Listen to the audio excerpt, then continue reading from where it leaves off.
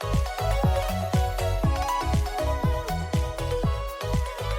there, welcome to Carry On with Carrie Fitz.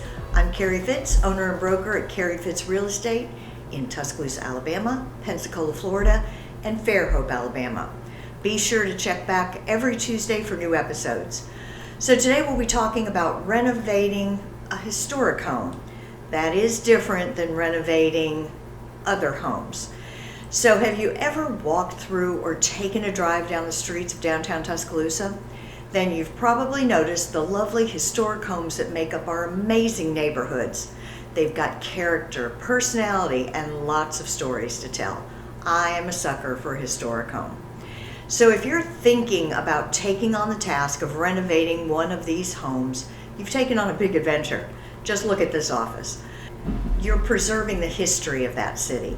Renovating a historic home is like peeling back layers of time. Sometimes you uncover hidden gems like original hardwood floors or vintage wallpaper that looks stunning. It's also a chance to put your own personal stamp on the property. Picking out new paint colors, finding fixtures that go with the era but still adding a modern touch, and dreaming up how to make the space functional for today's living. That's the magic. Maintaining the period-accurate features. This means keeping the original design and details that make the house feel like it did when it was first built. This could be things like old woodwork, fireplaces, door handles, etc. Instead of swapping them out for modern stuff, the goal is to preserve its classic and authentic vibe. There are a lot of websites where you can find even radiators and grates and hinges and doorknobs, all from a particular time period, and really get the real stuff. It's worth the effort, that's for sure.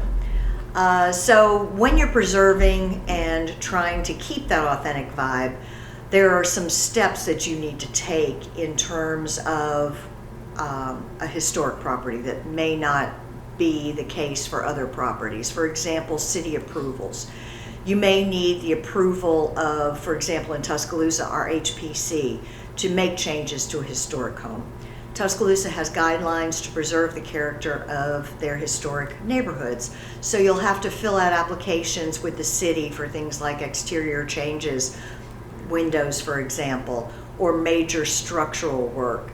I just went last night to the HPC to get approval for a pergola that I wanted to add outside. They will try to approve what they can as long as it's within the purview of whatever the rules state. They want to see people renovating these old homes and keeping them up. So they're not out to get you. They just want to make sure that everybody complies with trying to keep things as historical as we can. So it's a little extra work, but trust me, it's worth it to make sure that your home stays true to its roots. We did a big, and are still doing, a big renovation to this office. This is a Deering Swaim home. It was built in 1835. It is not too hard to come to work here every day. We've got beautiful floor-to-ceiling windows. We've got big, thick baseboards, high ceilings. And of course, the flip side of it, those big floor-to-ceiling windows are single pane, and right now it's probably in the low 40s, and if the wind is blowing, I can feel that air on my back at my desk and through the doors and under the doors. And in the summer, you can feel the heat. They're not airtight. The floors are compromised a little bit in a couple of places in this office. We've had to deal with cracks in the plaster walls. We don't have any sheetrock in this home. It's all thick plaster walls and ceilings. It's an absolutely beautiful home, and we are renovating it little by little by little, inside and out.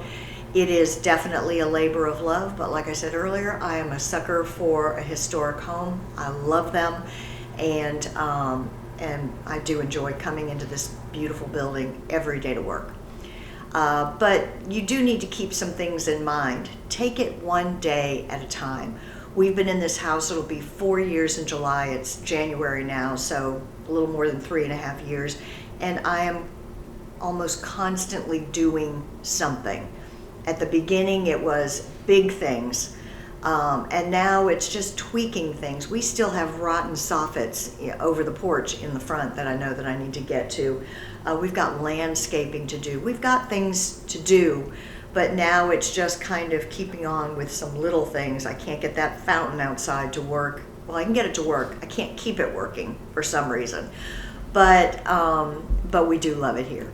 So it can take some time to complete a renovation, especially of this magnitude. So don't get overwhelmed if your project feels like it's moving at a slow pace. For months and months, and probably even the first year or two, when I drove in here, all I saw was work to do. It was a mess. And now when I pull in, I know that there's still things to do, and my eye goes right to those, but it's a beautiful property, and I can finally see the improvements that we've made here. But remember, you're not just renovating a house, you're bringing back a piece of history. You're bringing it back to life. So, it's not for everyone.